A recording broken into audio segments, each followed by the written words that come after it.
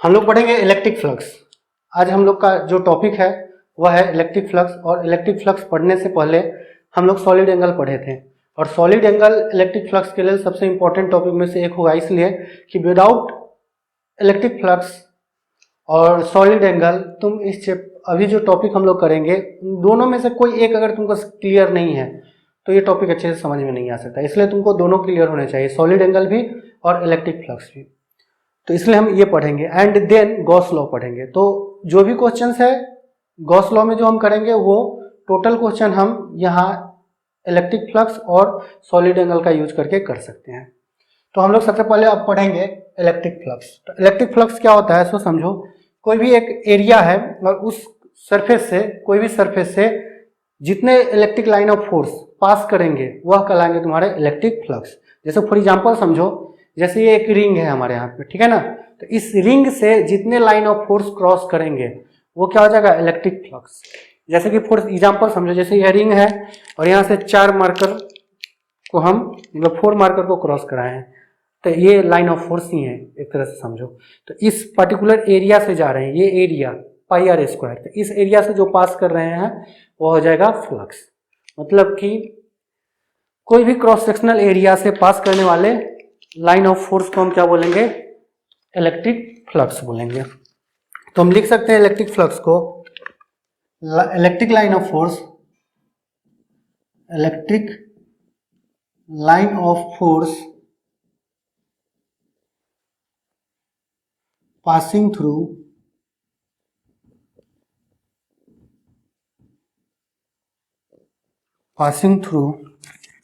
a surface is known as electric flux।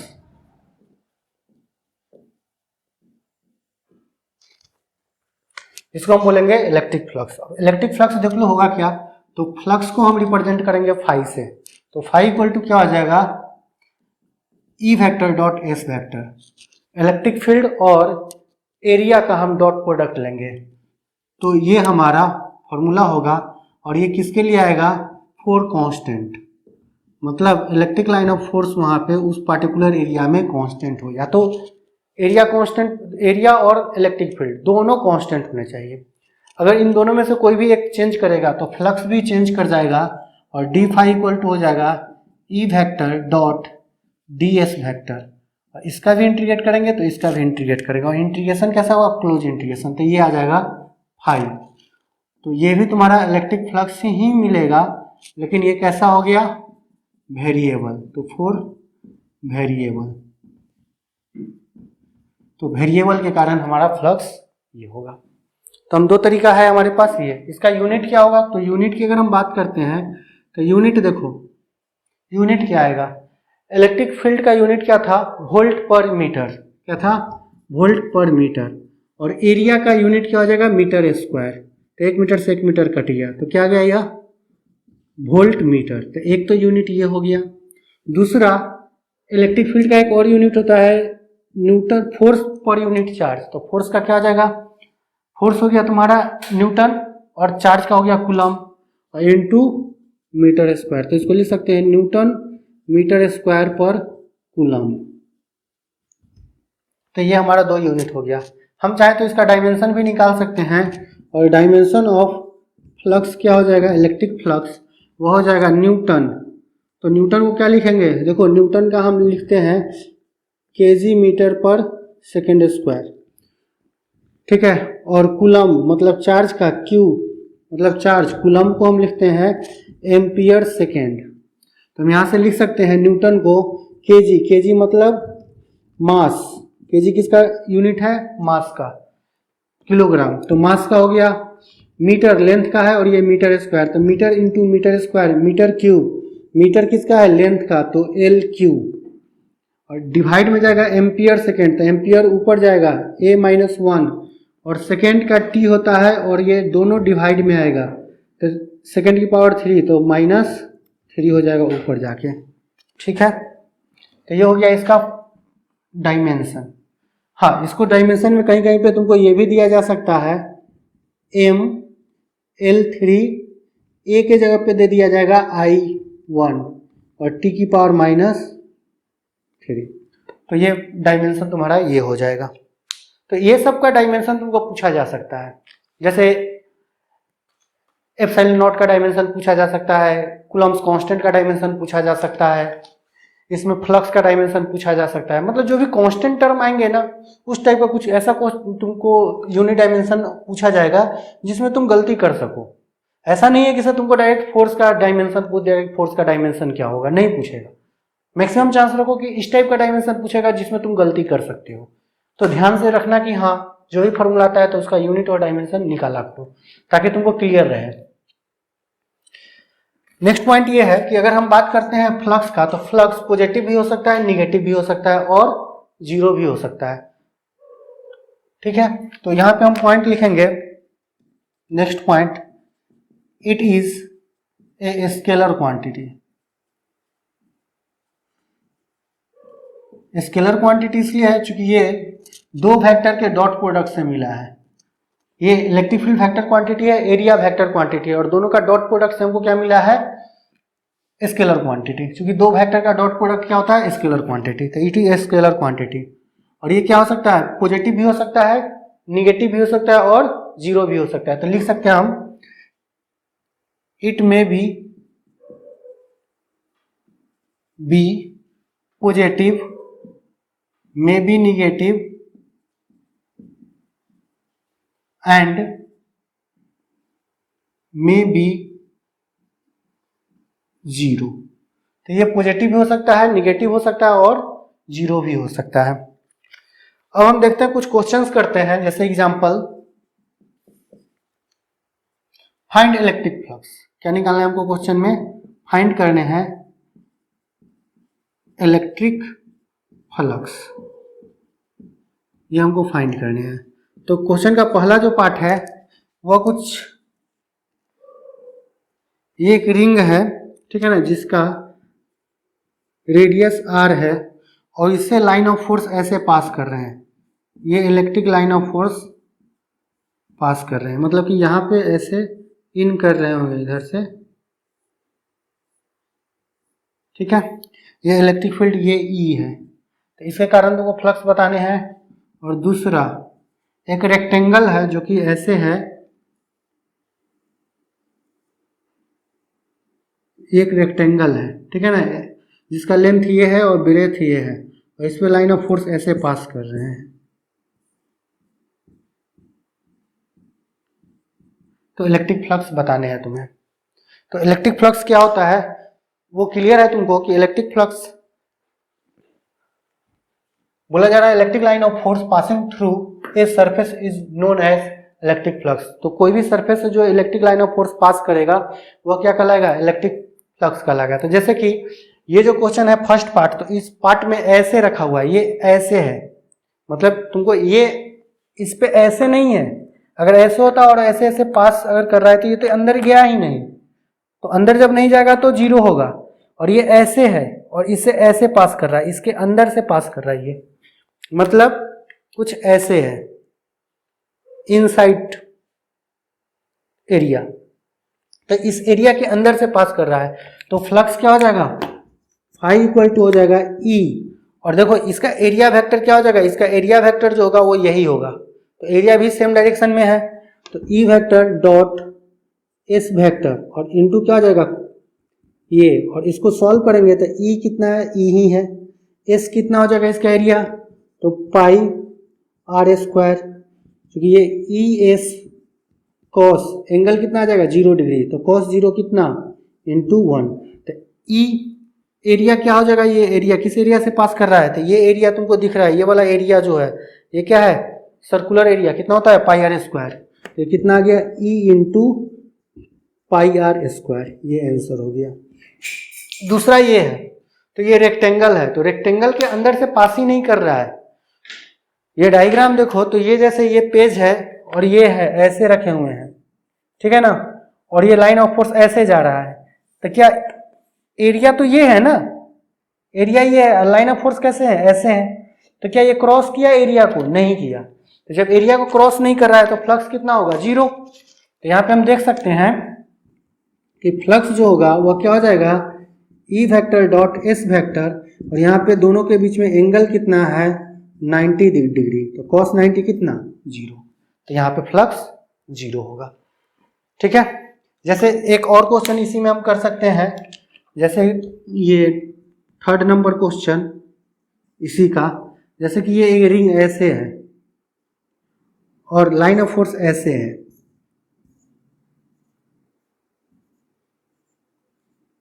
Electric field ये है और इसका रेडियस जो है ना ये r है। तो यहाँ पे तुमको फ्लक्स अगर बताना है तो ये रिंग कैसे है रखा हुआ तुमको समझ में आ रहा होगा, ये ऐसे है। ठीक है, और लाइन ऑफ फोर्स की अगर हम बात करते हैं तो इलेक्ट्रिक लाइन ऑफ फोर्स पास कैसे कर रहा है, ये ऐसे है और इस पे ऐसे जा रहा है, तो क्या ये इन किया, नहीं, लाइन ऑफ फोर्स का डायरेक्शन अगर तुम देखोगे तो लाइन ऑफ फोर्स का डायरेक्शन ये है, और एरिया क्या है, ये एरिया वेक्टर हुआ और ये इलेक्ट्रिक लाइन ऑफ फोर्स है, तो इसके अंदर तो इन ही नहीं किया, तो दोनों के बीच में एंगल कितना हो गया 90 डिग्री, तो cos 90 कितना होता है 0, तो फ्लक्स क्या आ जाएगा यहाँ पे फाई इक्वल टू 0। ठीक है, ये नोट कर लो।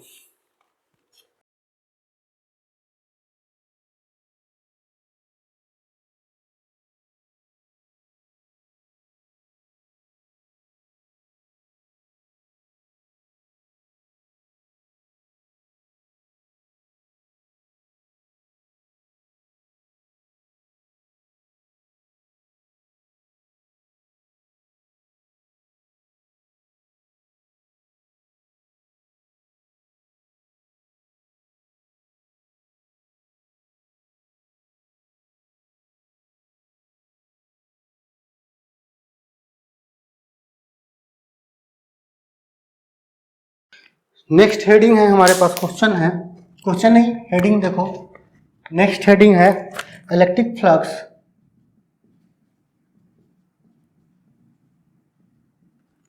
फ्लक्स थ्रू एन एरिया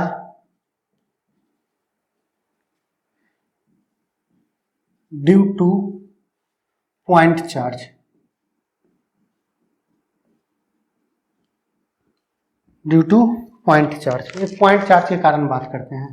तो ये देखो पॉइंट चार्ज जो हमारा है ना वो ये है पॉइंट चार्ज प्लस क्यू, और यहाँ पे एक एरिया ऐसे है, तो ये इसके सेंटर ये है ना, तो ये ऐसे हो जाएगा। तो इलेक्ट्रिक फील्ड की अगर हम बात करेंगे तो इलेक्ट्रिक फील्ड हमारा क्या होगा, ये होगा हमारा इलेक्ट्रिक फील्ड ई वेक्टर, और ये सेंटर है तो एरिया वेक्टर इसका ये होगा, और ये एंगल बना रहा है थीटा, कितना एंगल बना रहा है थीटा, और ये इसका एरिया हो जाएगा ds।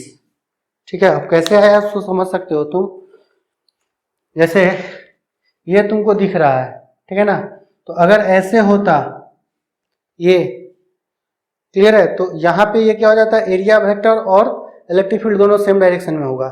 लेकिन अब क्या है, अभी जैसे ये था दोनों ऐसे समझो, ब्लैक और ब्लू, ये दोनों तुम्हारा एक इलेक्ट्रिक फील्ड ले लेते हैं, एक एरिया वेक्टर ले लेंगे, और दोनों तो एरिया वेक्टर ब्लू को अगर लेते हैं तो ब्लैक क्या हो गया इलेक्ट्रिक फील्ड हो गया, तो दोनों अभी सेम है। लेकिन जब हम ये एरिया को टिल्ट कर दिए तो एरिया वेक्टर तो हमारा टिल्ट हो जाएगा, लेकिन इलेक्ट्रिक फील्ड तो वैसे ही रहेगा ना, ये तो एरिया वेक्टर मतलब कि ये टिल्ट हो गया, मतलब कि ये ऐसे हो गया, एरिया टिल्ट है, तो इलेक्ट्रिक फील्ड तो सेम डायरेक्शन में रहेगा, लेकिन एरिया वेक्टर तो बदल गया ना, तो एरिया वेक्टर क्या कर रहा है इलेक्ट्रिक फील्ड से थीटा एंगल बना लिया, तो इसका एक कंपोनेंट इसमें जाएगा और वो क्या हो जाएगा ds cos थीटा, क्या हो जाएगा वो ds cos थीटा। तो फ्लक्स क्या हो जाएगा, इस एरिया से पास करने वाला फ्लक्स फाई इक्वल टू हो जाएगा E vector dot ds vector cos theta लिखोगे, तो दोनों तो अब कंपोनेंट एक ही के लॉन्ग आ गया, तो डॉट और वेक्टर लिखने की जरूरत नहीं है, डायरेक्ट लिख सकते हो ई ds cos थीटा। अगर ये दोनों लेते हैं तो डॉट प्रोडक्ट लेते हैं E vector dot ds vector, और दोनों के बीच में एंगल थीटा बन रहा है तो क्या आ जाएगा ई ds cos थीटा आ जाएगा। ठीक है, तो ये हमारा इलेक्ट्रिक फ्लक्स होता, और हमको ds की अगर हम बात करते हैं ds cos थीटा, तो इलेक्ट्रिक फील्ड इस पॉइंट पे कितना होगा, तो यहाँ से यह जो डिस्टेंस है, यह डिस्टेंस अगर स्मॉल r है तो इस पॉइंट पे, इसके सेंटर पॉइंट पे इलेक्ट्रिक फील्ड कितना होगा, तो इलेक्ट्रिक फील्ड सेंटर पॉइंट पे E इक्वल टू हो जाएगा Q बाई 4πε0 R स्क्वायर। तो यहाँ से हम वैल्यू पुट कर देंगे इलेक्ट्रिक फील्ड का, तो ये हो जाएगा Q बाई 4πε0 R स्क्वायर। और ds cos थीटा की बात करते हैं तो हम देखो सॉलिड एंगल पढ़े थे लास्ट डे, तो सॉलिड एंगल क्या था, ओमेगा, और ओमेगा इक्वल टू क्या था, याद है होगा तुमको, ds cos theta by R square. देखो ना इस पॉइंट के कारण यहाँ पे सॉलिड एंगल क्या बना था, याद करो लास्ट डे, ये पॉइंट था P और ये एरिया वेक्टर इधर ds था और हम इससे लिए थे सॉलिड एंगल, तो ये एंगल थीटा था, तो इसमें क्या आ जाएगा था ds cos थीटा। तो डी ओमेगा इक्वल टू कितना था, omega equal to ds cos theta और ये सेपरेशन कितना था r, तो क्या लिए थे यहाँ पे divide by R square solid angle में, तो वही हम यहाँ से लिख दिए, तो दोनों तो सेम ही है। तो ये अब यहाँ से हमको दिख गया कि ds cos theta by R square का वैल्यू क्या है, ओमेगा है, तो यहाँ से ds cos थीटा को हम क्या लिख सकते हैं, ओमेगा लिख सकते हैं। तो फ्लक्स क्या हो जाएगा, phi equal to Q omega by 4πε0 R square नीचे से ले लिए तो R स्क्वायर यहाँ पे नहीं आएगा, तो ये काम कर सकते हो, पहले यहाँ पे लिख ही देते हैं हम लोग R square ds cos theta रहने देते हैं, और यहाँ से हम क्या करते हैं, अब रिप्लेस कर देते हैं ds cos theta by R square को ओमेगा, तो यहाँ से फ्लक्स फाई इक्वल टू क्या आ जाएगा, Q ओमेगा बाई 4πε0, ये लिखो ज़्यादा बेटर आंसर।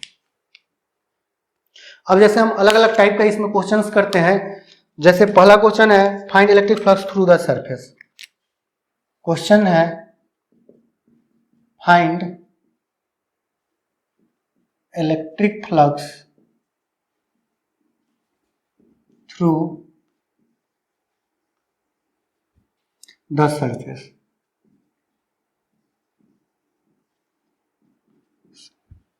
जैसे किसी भी टाइप का शेप है, बस ये ध्यान रखो कि क्लोज है और उसके अंदर चार्ज है, Q चार्ज रखा हुआ है इसके अंदर, तो फ्लक्स कितना हो जाएगा, तो फ्लक्स इक्वल टू क्या लिखेंगे, सॉल्यूशन में देखो क्या होगा, तो ये इसके अंदर है और ये कैसा है शेप, क्लोज शेप है, मतलब किसी भी टाइप का ले लेते हैं और उसके अंदर हम चार्ज को रखे हैं। जैसे फॉर एग्जांपल समझो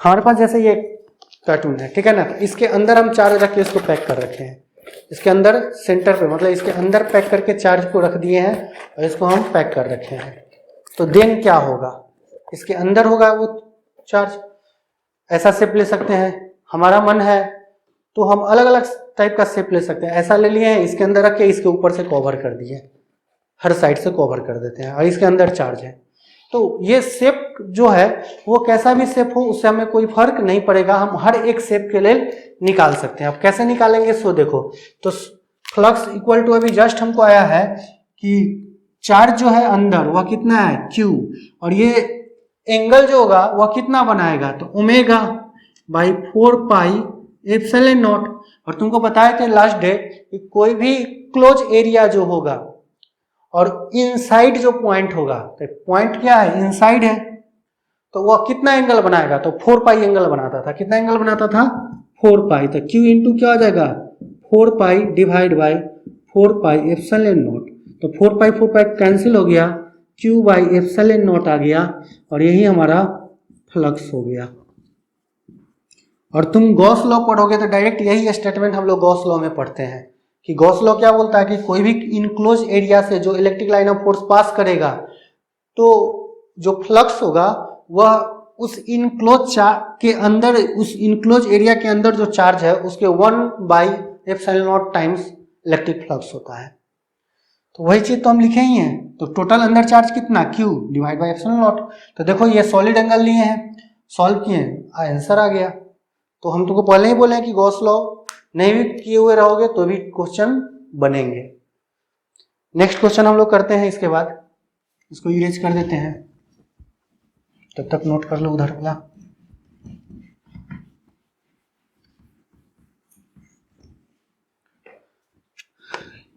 ये नोट कर ली हो गया।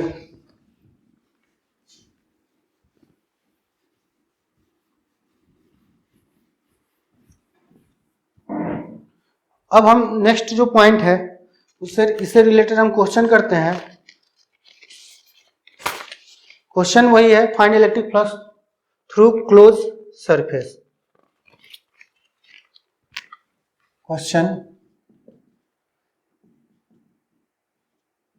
Find electric flux through close surface. अलग अलग इसी में क्वेश्चन करते हैं। जैसे देखो ये क्वेश्चन हम क्या करते हैं, कोई भी एक शेप ले ली, इसके अंदर 3 चार्ज ले लेते हैं। एक Q1 है, एक प्लस Q1 प्लस Q3 है, एक यहाँ पे है माइनस Q2 चार्ज, और एक बाहर है Q4 चार्ज। इस जो एरिया है क्लोज एरिया, इससे फ्लक्स कितना होगा वह हम फ्लक्स को कैलकुलेट करना है, उस फ्लक्स को हमको फाइंड करने हैं। तो फ्लक्स फाइंड करने का सिंपल सा एक तरीका ये है हमारे पास कि फ्लक्स फाई इक्वल टू क्या आ जाएगा, जो अंदर चार्ज है enclose charge by epsilon not, या फिर हम अभी जस्ट गॉस लॉ तो पढ़े नहीं है इसलिए हम सॉलिड एंगल और इलेक्ट्रिक फ्लक्स का यूज करते हैं। तो वो क्या आया था हमको, चार्ज Q1 इंटू ओमेगा 1, यह चार्ज इसके इनसाइड पॉइंट से ओमेगा 1 एंगल बना रहा है, और ये हो जाएगा 4 पाई एप्सिलॉन नॉट, जस्ट हमको आया था लास्ट क्वेश्चन में। दूसरा चार्ज है हमारे पास माइनस Q2, तो ये हो जाएगा minus Q2 omega 2 by 4 pi epsilon not. तीसरा चार्ज प्लस का है तो plus Q3 omega 3 by 4 pi epsilon not, और फोर्थ चार्ज जो है वो बाहर है और वो पॉजिटिव है, Q4 omega 4 by 4 pi epsilon not. अब देखो हम बात करते हैं ओमेगा 1 का, तो ओमेगा 1 ये क्लोज सरफेस के अंदर पॉइंट है, तो इनसाइड जो पॉइंट होता है वह कितना एंगल बनाएगा, 4 पाई एंगल। तो यहाँ पे रख देंगे Q1 into 4 pi divide by 4 pi epsilon not, minus omega 2 angle देखना है तो Q2 चार्ज क्या है, इनक्लोज चार्ज है, इस सरफेस के अंदर है, तो क्या हो जाएगा, यह 4 पाई एंगल बनाएगा, तो 4 pi by 4 pi epsilon not. Q3 भी इनसाइड चार्ज है तो ये एंगल कितना बनाएगा, 4 पाई, तो Q3 into 4 pi divide by 4 pi epsilon not, और ये चार्ज क्या है, बाहर है, तो बाहर है तो ये कितना एंगल बनाएगा, 0 बाई 4 पाई एप्सिलॉन नॉट। अब देखो यहाँ से 4 पाई 4 पाई 4 पाई 4 पाई कट गया, 4 पाई 4 पाई, और ये तो 0 हो गया, तो कितना गया फ्लक्स, सभी में देखो नीचे आएगा एप्सिलॉन नॉट, ऊपर है Q1 minus Q2 plus Q3।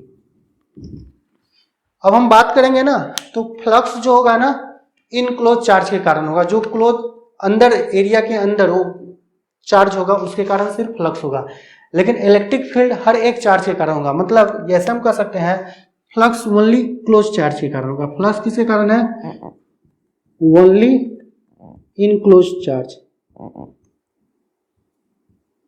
Enclosed charge,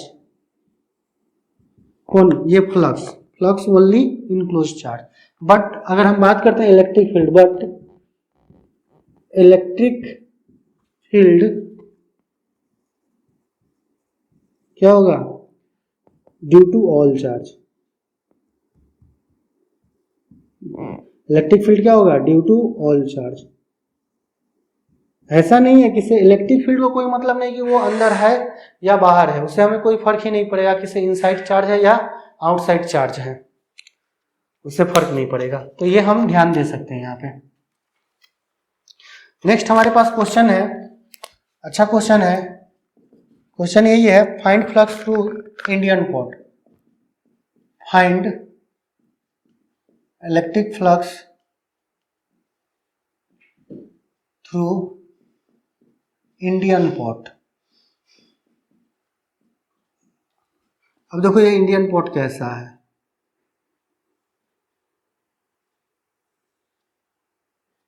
ठीक है, ये ऐसा कुछ पॉट है,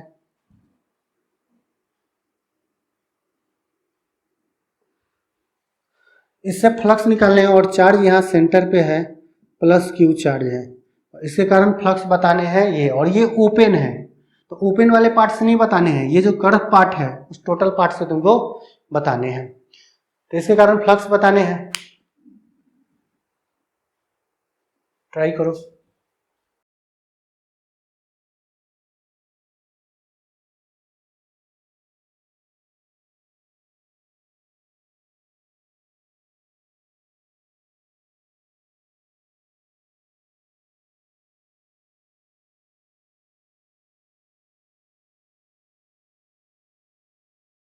तो हम बात अगर करेंगे फ्लक्स का, तो सबसे पहला नंबर बात है कि फ्लक्स जो होगा वह टोटल के कारण कितना होगा। अगर हम इसको कैप लगा देते हैं देन क्या होगा, तो सॉल्यूशन हम इसको करते हैं, क्वेश्चन सॉल्व करते हैं। तो when pot is closed, when pot is closed, closed किससे हुआ था, कैप से, मतलब कैप लगा हुआ है, ठीक है ना। तो ये क्लोज है, तो क्लोज है तो कितना पॉइंट इनसाइड है, तो वो एंगल कितना बनाएगा 4 पाई। तो फ्लक्स क्या हो जाएगा फाई 1 और वो हो जाएगा Q by 4 pi epsilon not into 4 पाई। तो 4 पाई कैंसिल हो जाएगा, तो क्या गया Q बाई एप्सिलॉन नॉट। ये तो फ्लक्स आ गया फाई 1। हमको निकालने हैं कर्व वाले सरफेस से, तो अगर कैप नहीं है तो अनकैप्ड अगर है तो कैप से निकलने वाला फ्लक्स निकाल लेते हैं। तो यहाँ से इसको ज्वाइन कर देते हैं, यहाँ से इसको ज्वाइन कर देते हैं।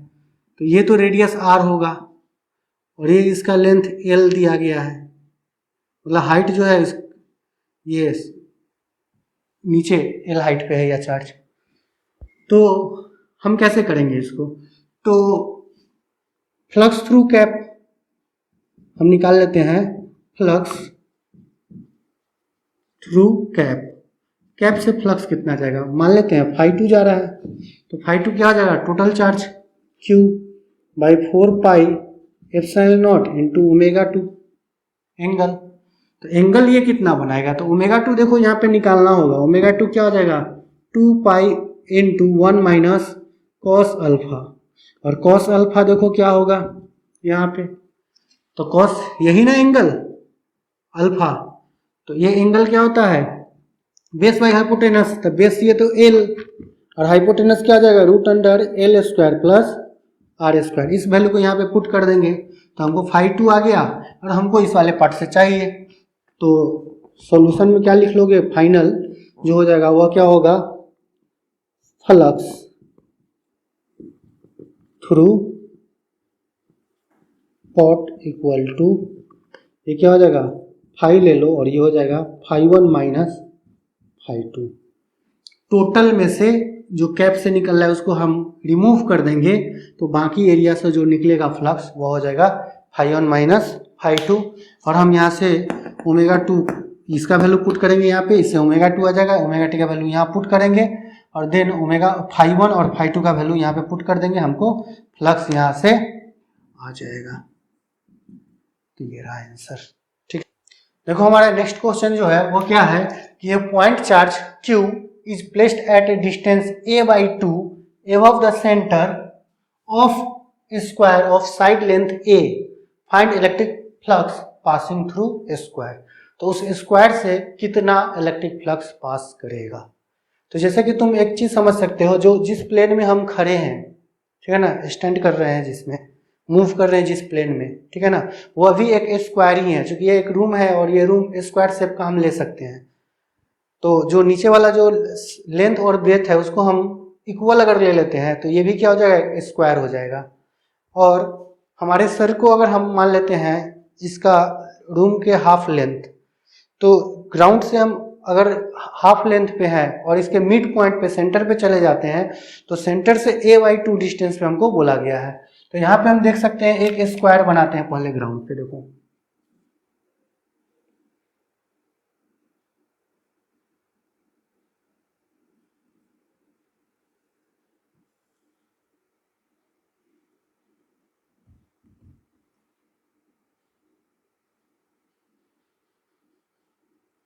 ये एक स्क्वायर है, ठीक है, या फिर ऐसे नहीं बना के हम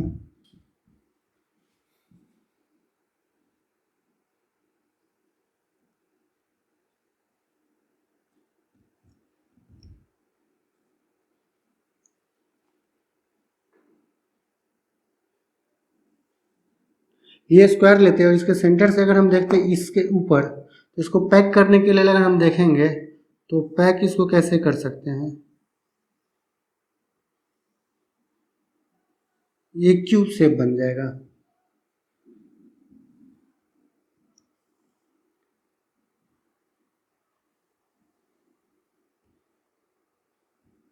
ये कुछ ऐसा शेप आ जाएगा। तो नीचे जो पार्ट है ना, ये भी ए लेंथ होगा, ये भी ए होगा, ये भी ए होगा। तो जैसे यही बोर्ड को अगर हम ले लेते हैं तो बोर्ड के सेंटर से a/2 हाइट ऊपर है, तो इसको पैक करने के लिए एक सरफेस इस साइड से देंगे, एक इस साइड से देंगे। जैसे फॉर एग्जांपल तुमको समझाते हैं हम, कैसे समझ सकते हो इसको अच्छे से। जैसे कि हमारे पास ये, ठीक है ना, एक कार्टून है, तो इसमें हम देखेंगे कि ये फेस एक है, एक ये फेस है, एक ये फेस है, ये फेस है, ये और एक ये, टोटल 6 फेस है इसमें, ठीक है ना। 4 ये, 1 2 3 और एक ये 4 और फिर एक 5 और एक ये 6 फेस से यह पैक है। तो इसका हम क्या करते हैं, सिर्फ एक पार्ट ले लेते हैं, एक फेस सिर्फ लेते हैं। जैसे हम सिर्फ इसमें का एक फेस लेते हैं नीचे वाला, तो नीचे वाला अगर हम लेंगे या इसका एक फेस, तो इस एक फेस पे तो नीचे वाला केवल हम देखेंगे तो हमको सिर्फ ये वाला दिख रहा होगा, ये वाला पार्ट। तो इसके क्या किया गया है कि इसके हाइट से ऊपर, सेंटर के हाइट से ऊपर में यहाँ पे चार्ज रखा गया है। तो इसको पैक करने के लिए क्या करना होगा, एक साइड इस साइड से सेम स्क्वायर, इस साइड से सेम स्क्वायर, इस साइड से और इस साइड से, तो ये क्या हो गया, पूरे क्लोज पैक हो गया ये। तो इसके सेंटर, मतलब ये जो अगर हम इसको क्यूबिकल शेप ले लेते हैं तो इसको इसके सेंटर पे वह चार्ज रखा गया है, ठीक है। मतलब कि इसके सेंटर पे यह क्यूब चार्ज रखा गया है। तो फ्लक्स पूरे क्यूब से कितना होगा, तो पूरे क्यूब से होगा flux total charge by epsilon not आया था, याद करो, ये आया था Q/4 epsilon not into omega. तो ये एंगल कितना टोटल बना रहा था, तो टोटल एंगल ये बनाएगा वो हो जाएगा Q into 4 pi epsilon not, 4 pi cancel हो गया, Q/एप्सिलॉन आया। तो Q/एप्सिलॉन किससे है, ये पूरे सरफेस से है। तो टोटल सरफेस कितने हैं इसमें, 6। तो ये जो फ्लक्स है ये 6 सरफेस से है। ये कितने सरफेस से है, फ्रॉम 6 सरफेस, ये 6 सरफेस से है। क्योंकि एक क्यूब में 6 सरफेस होते हैं, तो ये 6 सरफेस से मतलब घिरा हुआ है और इसका फ्लक्स ये है। तो एक पार्ट से कितना होगा, तो देखो 6 सरफेस से जो फ्लक्स पास कर रहा है वो है Q/एप्सिलॉन नॉट। तो यूनिट से कितना हो जाएगा, तो Q/6 एप्सिलॉन नॉट, और यही हमारा आंसर होगा, ठीक है। तो ये हमारा आंसर आ गया। और नेट फ्लक्स जो हो जाएगा फाई नॉट, वो हो जाएगा, इसको फाई नॉट ले लेते हैं, ज़्यादा बेटर होगा। तो ये हो गया phi equal to Q/6 epsilon naught, ठीक है। तो ये हम लिख सकते हैं आंसर। टोटल फ्लक्स जो पास करेगा वो यह, क्योंकि ये पूरे रूम से पास करेगा Q/एप्सिलॉन नॉट। तो टोटल और सेंटर पे चार्ज रखा हुआ है, तो हर एक फ्लक्स से क्या होगा, इक्वल चार्ज, मतलब लाइन ऑफ फोर्स पास करेगा। तो 6 से Q/एप्सिलॉन नॉट, तो 1 से कितना पास करेगा, सिंपल सा है। यूनिटरी मेथड से हम कर सकते हैं, या फिर ये भी हम कर सकते हैं कि 6 सरफेस मिलके सॉलिड एंगल जो बना रहे हैं सेंटर से, वह बना रहे हैं 4 पाई। तो यूनिट कितना बनाएंगे, तो 6 सरफेस मिलके 4 पाई बनाया है, तो यूनिट कितना बनाएगा, तो यूनिट के लिए निकाल लो और यहीं पे रख दो ओमेगा का वैल्यू यूनिट के लिए। तो सेकेंड मेथड ये कर सकते थे तुम कि सॉलिड एंगल जो बन रहा है वह कितना बन रहा है, 6 फेस मिलके, 6 फेस मिलके तुमको कितना एंगल बना रहे हैं, सॉलिड एंगल 4 पाई। ये क्या है, solid angle, solid angle, solid angle कितना बने, 4 पाई। तो एक फेस कितना बनाएगा, तो एक फेस बनाएगा 4 पाई बाई 6, ठीक है। तो यहां से हम लिख सकते हैं फ्लक्स जो होगा एक सरफेस से, फ्लक्स फाई जो होगा वो क्या हो जाएगा, Q/ओमेगा/4 पाई एप्सिलॉन नॉट। और यही तो तुम्हारा ओमेगा है, omega equal to 4 pi by 6। Value put कर देंगे, Q इंटू 4 पाई/4 pi epsilon not divide by ये 6 है, तो 4 पाई कैंसिल हो जाएगा, क्या आ गया Q/6 एप्सिलॉन नॉट। तो दूसरा तरीका तुमको ये हो सकता है, सेकेंड मेथड तुम ये कर सकते हो, सॉलिड एंगल लेकर कर लो मेथड से, ठीक है। तो ऐसे इस क्वेश्चन को हम सॉल्व कर सकते हैं। नेक्स्ट हम देखते हैं,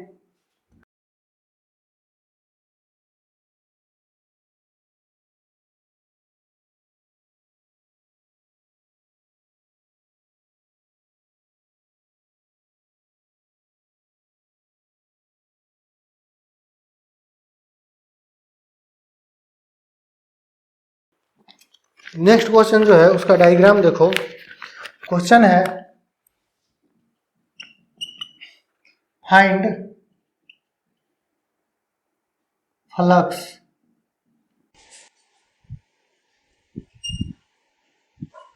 passing through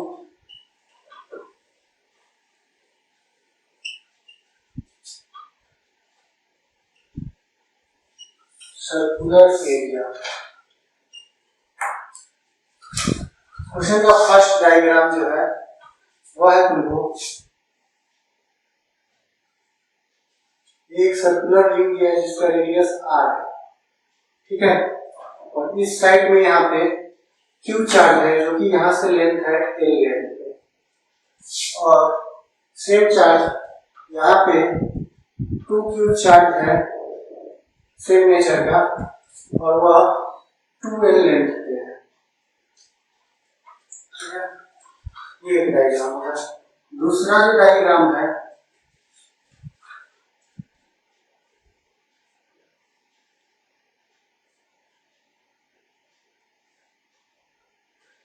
ये भी Q चार्ज है, ये भी Q चार्ज है, और यहाँ से लेंथ जो है ये भी L लेंथ है और ये भी L लेंथ है, और ये R है रेडियस।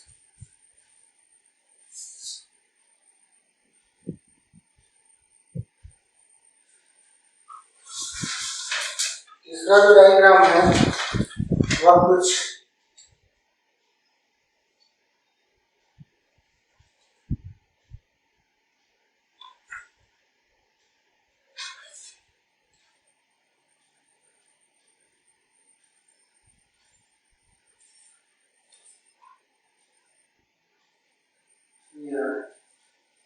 यहाँ पे माइनस Q नॉट चार्ज है, यहाँ पे प्लस 2Q नॉट चार्ज है।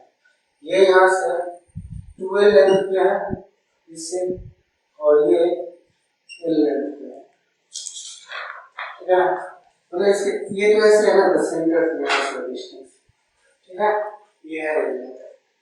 तो दो चार्ज यहाँ पे है यहाँ से। और ये लास्ट जो है क्वेश्चन तुम्हारा आज का वो है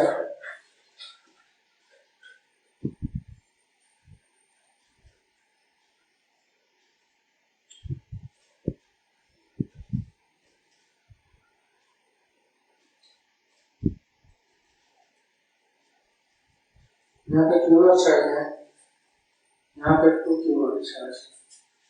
तो ये जो लेंथ है यह L है और यह लेंथ 2L लेंथ है। क्वेश्चन को सॉल्व कैसे करेंगे, सबसे इम्पोर्टेंट ये है यहाँ पे, ठीक है ना। ये चार क्वेश्चन है, चार को सॉल्व करेगा तरीका देखो।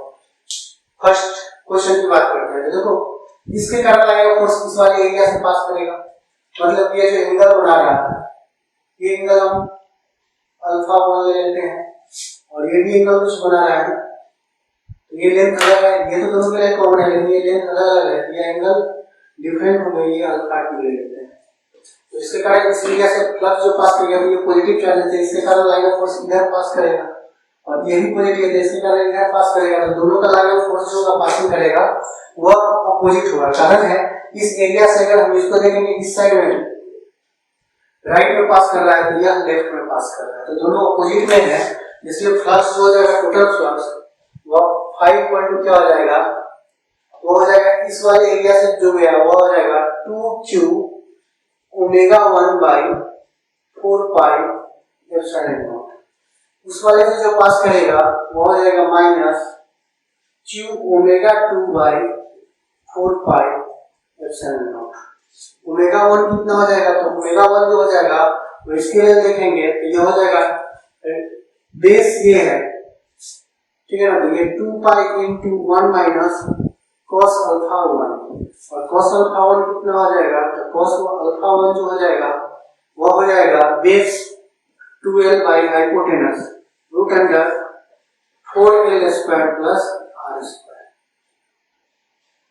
4l स्क्वायर का मतलब है ये 2l है, 2l का स्क्वायर प्लस r स्क्वायर, तो 4l square plus r square. अब हम क्या करेंगे, ओमेगा 1 निकालेंगे, उसी तरह सिमिलर ओमेगा 2 निकालेंगे, 2 pi into 1 minus cos alpha 2, और cos अल्फा 2 क्या हो जाएगा, तो अल्फा 2 हमको दिखेगा यहाँ से, तो ये बेस है l और हाइपोटेनस हो जाएगा root under l square plus ये hypotenuse l square plus r square, ये hypotenuse 4l square plus r square, ये हो जाएगा l by root under l square plus r square. अब यहाँ से हम क्या करेंगे, टोटल वैल्यू पुट कर देंगे और हमको ये यहाँ से आंसर आ जाएगा, ये फर्स्ट पार्ट है।